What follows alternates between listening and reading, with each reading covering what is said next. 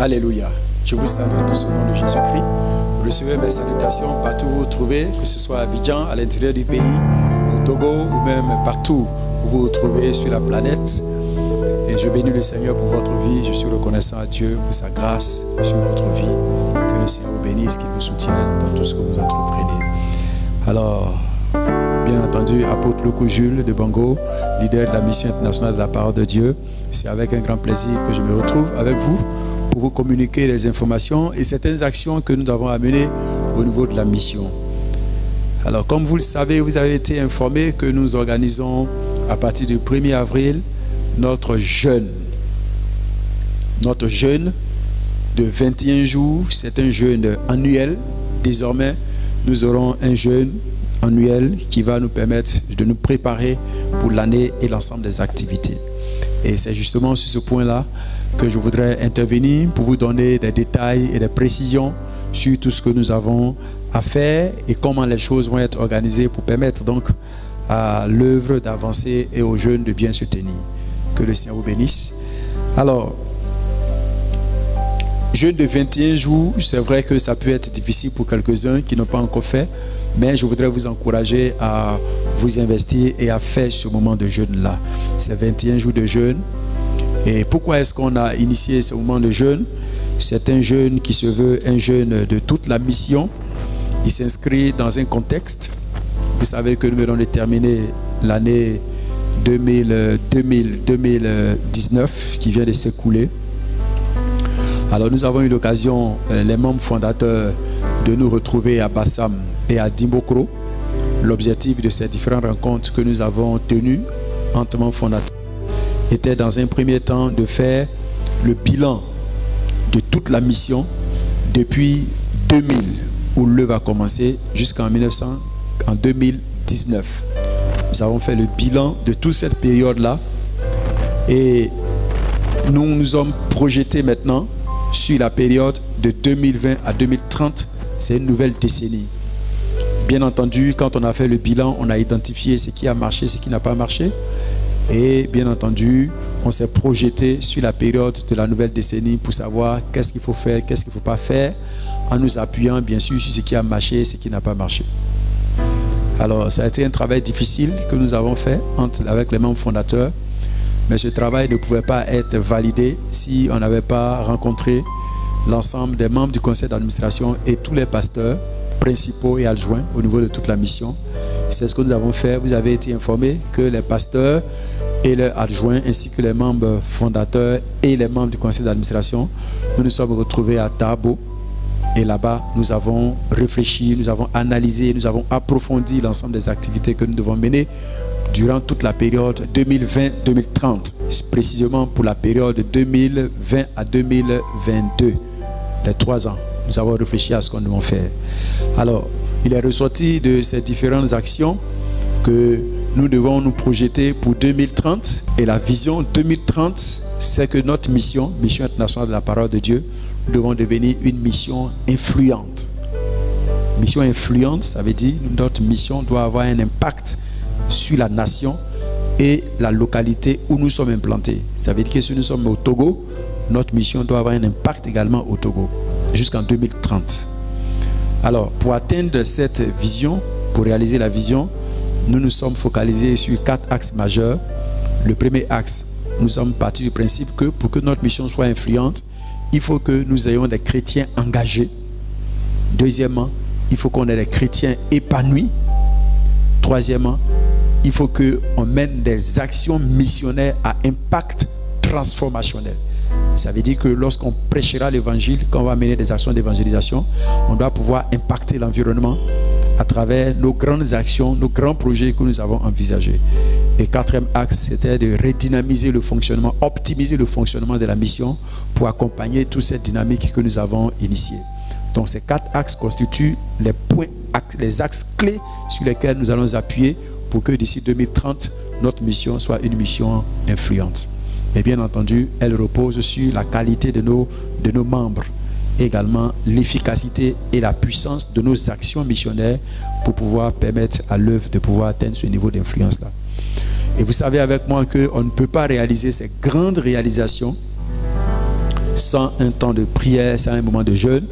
Et c'est la raison pour laquelle, justement, les 21 jours de jeûne ont été institués selon l'orientation et l'inspiration du Seigneur. Vous savez que l'année dernière, nous avons terminé notre moment de jeûne des 7 ans. 7 ans, comme vous vous souvenez, nous avons jeûné pendant 7 ans. Mois après mois, 3 jours de jeûne par mois pendant 7 ans. C'était inédit, mais on a bouclé ces aspects-là. Et Dieu veut qu'on puisse rentrer dans une autre phase. Cette fois-ci, ce n'est plus les phases de jeûne de 3 jours par mois, mais maintenant, c'est d'affilée 21 jours de jeûne en continu chaque année. Et c'est pour cela, justement, que je suis là pour vous donner quelques informations sur ce jeûne-là. C'est un jeûne qui va se dérouler chaque année, 21 jours de jeûne, pour nous préparer à ces grandes réalisations que le Seigneur veut faire et pour préparer également chaque élite de la foi à être un chrétien épanoui, un chrétien engagé et à préparer également nos actions missionnaires à avoir l'impact en termes de puissance, de transformation des âmes et de transformation des milieux. Donc ces jeûnes-là est extrêmement important. Ces 21 jours de jeûne sont capitaux et c'est pour cela que nous vous prions de vous engager à travailler dans ce sens et à vous préparer pour ce jeûne. Alors la date, c'est du 1er au 21 avril. Du 1er avril au 21 avril. Ça fait 21 jours. Et ces 21 jours, c'est un jeûne à eau. Ça veut dire qu'on descend le soir à partir de 18h. Mais ça commence de minuit à 18h. Minuit à 18h. On n'a pas dit 6h du matin. Pour ne pas que les gens viennent manger, à partir, ils vont se réveiller pour manger à 4h, 5h du matin. C'est pas ça. On ne mange pas à 4h du matin. Quand minuit tombe, minuit sonne, on ne mange plus jusqu'à 6h du matin. Ça n'a rien à voir avec le jeûne de ceux que vous savez. Eux, ils mangent à 4h du matin. C'est pas ça. C'est un jeûne sérieux de 21 jours. À partir de minuit, on ne mange plus jusqu'au lendemain à 6h. À ce moment-là, on aura terminé pour la journée. Donc c'est chaque jour de minuit à 6h du matin. Et quand on jeûne, on boit de l'eau. Il faut boire 18h. Donc de jeûne de 0h à 18h et on boit de l'eau. Tu bois de l'eau autant que tu veux. Il faut boire suffisamment d'eau. C'est important pour ne pas que le corps soit en manque d'eau et soit déshydraté. Quand on fait un long moment de jeûne, il faut boire suffisamment d'eau. Maintenant, c'est à vous de voir. L'eau un peu tiède, l'eau glacée. Enfin, chacun connaît son organisme, chacun jeûne comment il veut. Mais l'idéal, c'est de ne pas boire de l'eau glacée pour éviter justement de créer des crampes au niveau de l'estomac. Il faut boire de l'eau plate, de l'eau normale. D'accord? Donc ça, c'était par rapport au jeûne, à la date. Donc, une fois qu'on s'est mis d'accord sur la date, bien connue, du 1er, le 1er c'est mercredi. Donc à partir de mercredi 1er avril, on commence le jeûne.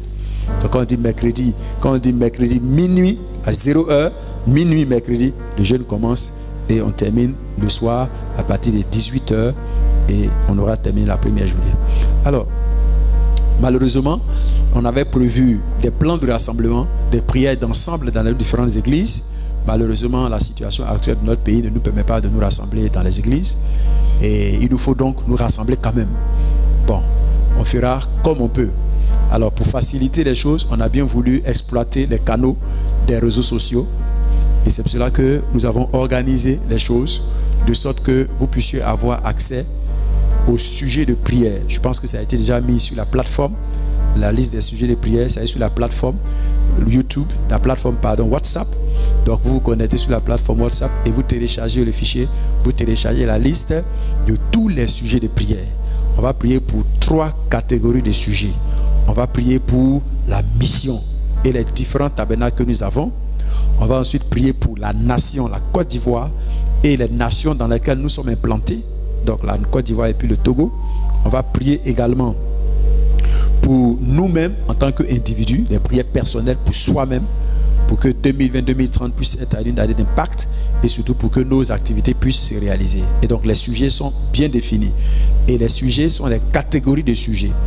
Il y a à l'intérieur beaucoup de sujets, ça fait près de 120 sujets à l'intérieur, mais c'est des catégories. Alors, pour que ça ne soit pas trop difficile, la Bible déclare que 2 valent mieux qu'un, parce que quand on est seul, on n'a pas toujours la force de prier. Quand on est seul, on n'a pas toujours la force de pouvoir prier longtemps. C'est pour cela que pour simplifier et pour faciliter les choses, on a mis en place un dispositif de temps de prière de 5h à 6h du matin et de 21h à 22h. C'est ces 2 heures, ces 2 temps de prière que nous avons mis en place pour qu'ensemble, au niveau de toute la mission, On sait qu'à partir de 5 heures, toute la mission est réveillée, on est en train de prier. Et à partir de 21 heures, toute la mission se rassemble pour prier. Maintenant, pour vous qui êtes connectés, parce que si vous me voyez, ça veut dire que vous êtes connectés. Pour vous qui êtes connectés ou qui avez la possibilité de vous connecter, alors on a fait en sorte que chaque jour, il y ait 2 pasteurs qui dirigent un temps de prière en ligne. D'accord? Un temps de prière en ligne sur Facebook. Parce que sur Facebook, tout le monde peut voir. C'est pour cela qu'on a préféré Facebook. Donc, un temps de prière en ligne sur Facebook de 5 heures à 6 heures, le pasteur va conduire un temps de prière. Donc, ce temps de prière-là, ce n'est pas pour venir s'asseoir, pour écouter, pour regarder le pasteur prier. Non. Ce n'est pas un temps c'est pas télévision en fait. Où on s'assoit pour regarder le pasteur. Ah, pasteur, il prie bien. Ah, pasteur, il prêche bien. Il prie bien. C'est pas ça. C'est vraiment, lui, il conduit. Lui, il est le modérateur qui va conduire la prière. Donc, il va donner les sujets. Nous allons prier pour tel sujet. Prions. Et pendant que lui aussi prie, nous, à la maison, chez nous, nous prions parce que nous serons réveillés et nous allons prier avec lui. Donc, c'est lui qui conduit les sujets de prière. Il donne les sujets de prière et nous prions ensemble avec lui. Cela a l'avantage de nous mettre ensemble, de créer cette dynamique et de sorte qu'ensemble, on sera capable de prier facilement 1 heure. De sorte que ceux qui n'ont pas cette capacité puissent être motivés à prier de la sorte. Donc ça, c'est une chose importante. Donc, de 5 heures à 6 heures du matin, n'oubliez pas, notez dans votre calendrier, notez, programmez votre téléphone pour que cela puisse vous réveiller à cette période-là. Si votre téléphone peut vous réveiller déjà à 4h45, ce serait une bonne chose déjà. 4h45, le téléphone va vous réveiller. Le temps d'aller vous rincer, vous laver si vous voulez. À 5 heures, tout le monde est connecté. Et puis, quand vous êtes lavé, vous êtes prêt, le temps de vous connecter sur la plateforme, sur YouTube, sur Facebook, ça va prendre quelques temps. Donc, c'est pourquoi il faut faire avant. De sorte que 5 heures, tout le monde est connecté. On peut en ce moment-là commencer à prier. Donc, 5 heures à 6 heures et de 21 heures à 22 heures. Donc, ces moments de prière-là sont importants. Je vous prie donc de créer les conditions pour que vous puissiez participer à ces moments de prière. Parce que si un chasse 1000, 2 chassent 10 000, maintenant imaginez si on est plus de 2. Le dégât qu'on va provoquer dans le camp des ténèbres. Donc je vous encourage donc à participer à ça. Chacun doit s'engager à participer. Je vous en prie. Mobilisez-vous, créez les conditions pour que tout le monde soit connecté à ce moment-là pour prier. Maintenant, si vous avez des bien-aimés frères et sœurs qui n'ont pas la possibilité de se connecter, bon, vous qui avez la possibilité de vous connecter, informez-les.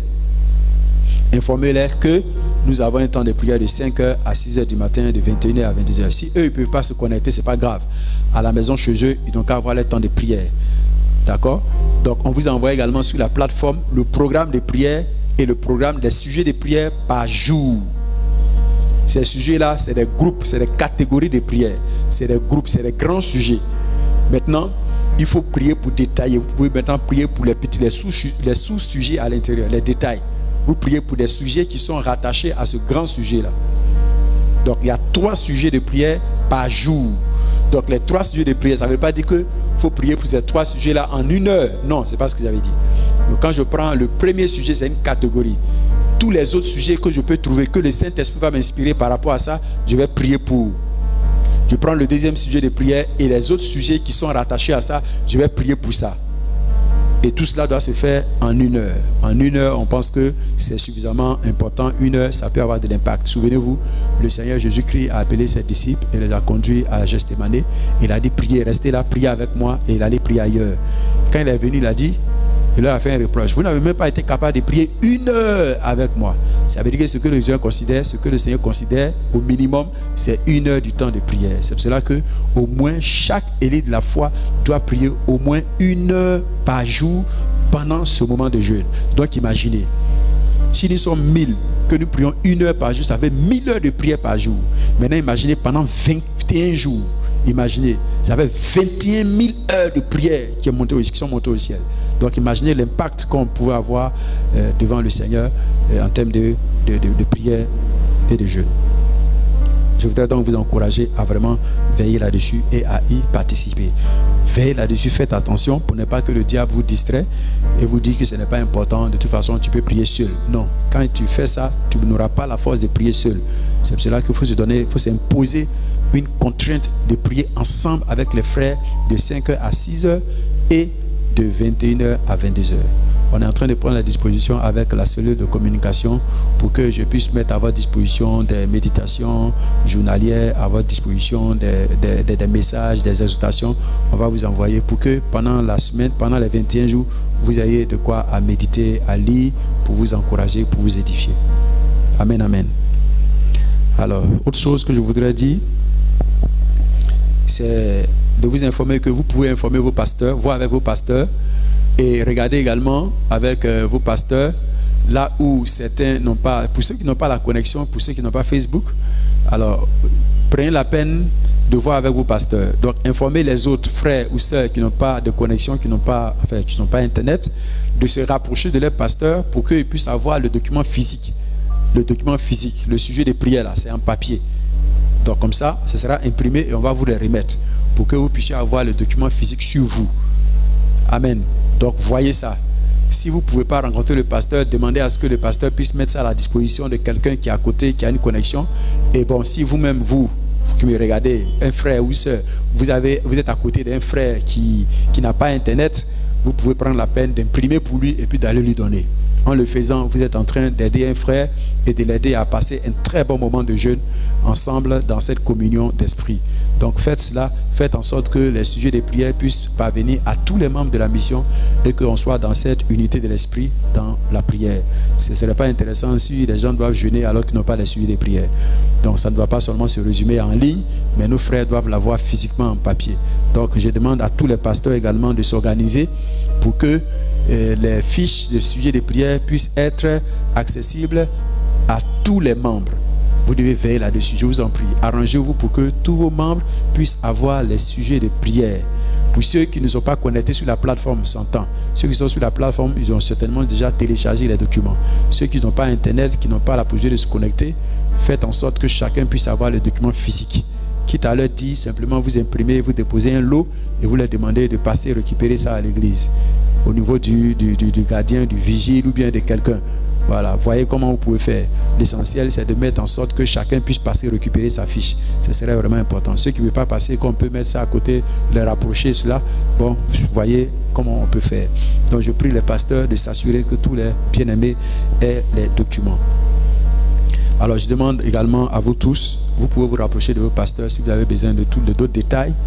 Et si vous avez besoin également de d'autres précisions, appelez le prophète Goli Marcel. C'est lui qui pilote ce moment de jeûne de 21 jours. C'est lui qui est le responsable de la délivrance et de l'intercession. C'est lui qui pilote cette activité-là avec certains des frères et sœurs des différents tabernacles. Donc, vous avez son contact certainement. Si vous n'avez pas ce contact, vous pouvez appeler et demander à votre pasteur. Votre pasteur a son contact. Il pourra donc vous mettre en relation pour que vous puissiez avoir les différents documents pour vous permettre de faciliter les choses et avoir l'ensemble des informations nécessaires pour que votre jeûne soit un jeûne de très bonne qualité. Alors voilà, en substance, les informations que je tenais à vous passer. Alors, je vais terminer, bien entendu, en vous priant de faire en sorte que ce jeûne-là soit tenu. Respectez ce moment de jeûne, faites-le. Faites l'effort de ne pas sauter un jour. Je vous en prie. Donnez-vous cette contrainte. Pour ceux qui n'ont pas encore jamais fait 21 jours de jeûne, je sais que ça sera un peu difficile, mais le Saint-Esprit sera avec vous. Amen. Ça sera également un moment de témoignage pour dire, j'ai fait 21 jours aussi dans ma vie. Amen. Et donc, prenez cela comme un défi, mais de toute façon, vous êtes des élus de la foi. Vous n'avez pas peur des défis. Vous êtes des élus de la foi, vous ne baissez jamais les bras. Donc, vous devez relever ce défi de 21 jours de jeûne. Et après ces 21 jours de jeûne, je m'attends à ce que le Seigneur puisse accélérer les choses dans vos vies. Je m'attends à ce que la grâce de Dieu soit manifestée. Je m'attends à ce que Dieu débloque et que votre vie puisse passer à un autre niveau. Je m'attends à cela et je pense que le Seigneur va le faire dans le nom précieux de Jésus-Christ. Alors pour terminer, bien entendu, je voudrais vous rappeler que nous sommes dans une situation exceptionnelle. Et dans cette situation exceptionnelle, il faut faire en sorte que la grâce de Dieu continue d'être avec nous et que personne ne se mette en dehors de la grâce de Dieu. Faites attention, je vous prie de vous assurer que dans cette période, de respecter les mesures qui ont été édictées. Faites attention, c'est vraiment important. C'est vraiment important. Nous sommes chrétiens, nous croyons dans le Seigneur, mais on n'est pas stupide, on est sage. Et la sagesse veut que on se préserve, humainement parlant, on fasse ce qu'on doit faire, et puis le reste, la grâce de Dieu va nous préserver. Donc faites attention. Tu rappelles les mesures. Il faut se laver régulièrement les mains. Ça c'est important. Régulièrement les mains. Si vous n'avez pas de l'eau et du savon à côté, utilisez le gel hydroalcoolique. Trouvez ça. Ça coûte 200 francs, 500 francs, même si c'est 1000 francs, payez. 1000 francs là, ça ne peut pas te tuer, ça ne peut pas te rendre pauvre. Au moins, ça peut sauver ta vie. Pas une affaire, tu as vu au Carrefour là-bas, ils ont augmenté le prix à 1000 francs, aujourd'hui tu ne payes pas. Et puis demain là-bas, tu allais attraper ta maladie. Tu as manqué de sagesse, l'esprit de pauvreté a fait que tu étais laissé contaminer. Donc, quitte dans l'affaire de ça, ils ont augmenté le prix. Oui, paye quand même la vie dedans. Amen. Voilà, faites ça. Il faut se laver régulièrement les mains. Ensuite, il faut éviter de se saluer. Tu aimes trop ton frère en Christ, je sais. Tu aimes trop ta soeur en Christ, je sais. Mais on dit, pendant la période là, il faut les saluer de loin, à distance. Sois béni. Si tu veux me faire bisous, je t'aime. Mais fais ça à distance. Faisons tout ça là à distance. Amen. Voilà. Il y a un temps où ça va finir. Là, on va faire tout serrer jusqu'à... Oui, on va faire tout ça. Mais pour le moment, saluons-nous à distance. Et respectez la distance de 1 mètre entre nous. Pourquoi? Parce que quand je parle, peut-être qu'à force de parler par inspiration, il y a des gouttelettes de salive qui vont sortir de ma bouche. Si tu es trop près, pendant que je parle, si tu es trop proche de moi, des gouttelettes peuvent tomber dans ton visage. Quand ça va sortir dans l'air, tu vas respirer ça, ça va rentrer dans tes narines. Peut-être que le virus est dessus. Celui avec qui tu es en train de parler, devant qui tu parles là, tu ne le connais pas. C'est pour cela qu'il faut rester à 1 mètre. Ça, c'est important. D'accord? Donc, veillez là-dessus. Veillez là-dessus pour respecter les distances. 1 mètre. Ça là, respectez ça. J'ai déjà interpellé plusieurs frères à cause de ça. Respectez les 1 mètre là. Ne jouez pas avec ça. J'insiste. Respectez ça. Parce que beaucoup négligent. Respectez 1 mètre. Même si c'est ton frère en Christ, 1 mètre de distance. Même si c'est ta soeur, 1 mètre. Même si à la maison chez toi, respectez les 1 mètre. Il y a des gens qui ont été contaminés à la maison chez eux. Oui. Il faut respecter la distance de 1 mètre. Enfin, autant que c'est possible. Avec les enfants, ce n'est pas évident. Voilà. Donc, autant que c'est possible, les adultes, respectez les 1 mètre. Les enfants, ils savent qu'eux-mêmes, ils ne peuvent pas respecter ça. Donc, veillez là-dessus. Ça, c'est important. Et puis, assurez-vous de ne pas contaminer les autres autour de vous. On n'a pas dit que tu es contaminé, mais il faut te préserver. Si tu tousses, mets quelque chose dans ta bouche pour couvrir les éclats de salive. Amen. Tu as touché dans un chiffon, dans un mouchoir. Il ne faut pas mettre dans ta bouche encore. Il faut jeter. On garde plus, on ne fait plus économie de mouchoirs. On ne fait plus économie de papier, mouchoir. Si tu as touché dedans, tu plies, tu jettes en même temps. Tu ne veux pas dire non, c'est comme si j'ai touché une fois hier, mais dans ma bouche, et puis après, j'ai touché dedans encore. Non. On n'économise plus. Tu jettes. Maintenant, si tu n'as pas de mouchoir, on a appris comment on fait. Vous avez vu à la télé partout. On dit on tousse dans le coude. Dans le coude. Même le président, il tousse dans le coude maintenant. Donc, c'est pas toi, tu ne vas pas tousser dans le coude. Nous toussons tous dans Nous toussons tous dans le coude maintenant. Donc, il faut tousser dans ton coude. Amen. Donc, il faut respecter ça. C'est une consigne indispensable. Rappelez-vous qu'il y a des personnes, il y a des personnes qui ont été infectées parce qu'elles ont négligé simplement ces petits détails. Or, on ne veut pas soyez privés de la grâce de Dieu. Donc, faites attention. Amen. Et également, veillez sur vous, prenez soin de vous et faites attention. Si quelqu'un a besoin d'informations complémentaires, il y a des numéros de téléphone qu'on a mis en place au niveau du gouvernement, de l'État pour vous informer. Appelez là-bas, informez-vous. Si vous avez besoin d'informations détaillées, approchez-vous de vos pasteurs, ils vont nous remonter l'information et puis on va voir comment est-ce qu'on vous relaie d'autres informations indispensables dont vous avez besoin. Alors, je vais terminer et je prie Dieu que le Seigneur soit avec vous et que le Seigneur vous bénisse. Et nous sommes là pour vous. Le fait que la situation comme cela, ça ne veut pas dire qu'on n'est plus vos pasteurs. On est toujours les pasteurs. On fait notre travail et on continue de faire notre travail. Donc rassurez-vous, on ne vous a pas abandonné. C'est les églises seulement qui sont fermées. On est toujours là. Rassurez-vous. Amen. Rassurez-vous. Donc si vous avez des préoccupations, appelez-nous. J'ai demandé aux pasteurs, ils n'ont qu'à se reposer. Donc si les pasteurs ne vous rendent plus visite, c'est moi qui ai dit, il ne faut pas, ils vont vous rendre visite. Ils n'ont qu'à se reposer. Je vais voir également jusqu'à où vous tenez aussi. Quand même, depuis combien d'années on prêche, on vous enseigne, on vous rend visite là. Au moins pendant 2 mois, un mois forcé là, on va se reposer. Puis vous aussi, montrez-nous qu'on a travaillé dans votre vie. Ou bien, montrez-nous qu'on a travaillé au moins dans vos vies. Et puis quand on va rouvrir l'église, là, on va voir si vous êtes là. Là, on va dire vraiment, on a travaillé dans votre vie. Mais si on ne vous voit plus, aïe, ça veut dire que tout ce qu'on a fait là, c'était pas bon. Hein. Mais je crois que ça ne sera pas le cas au nom de Jésus et vous serez là. Amen, amen. Que le Seigneur vous bénisse. Et en tout cas, je vous aime et je crois que la grâce de Dieu sera avec vous. Que le Seigneur vous bénisse. Je vous salue tous. Je salue les membres de votre famille. Que le Seigneur vous bénisse et à très bientôt.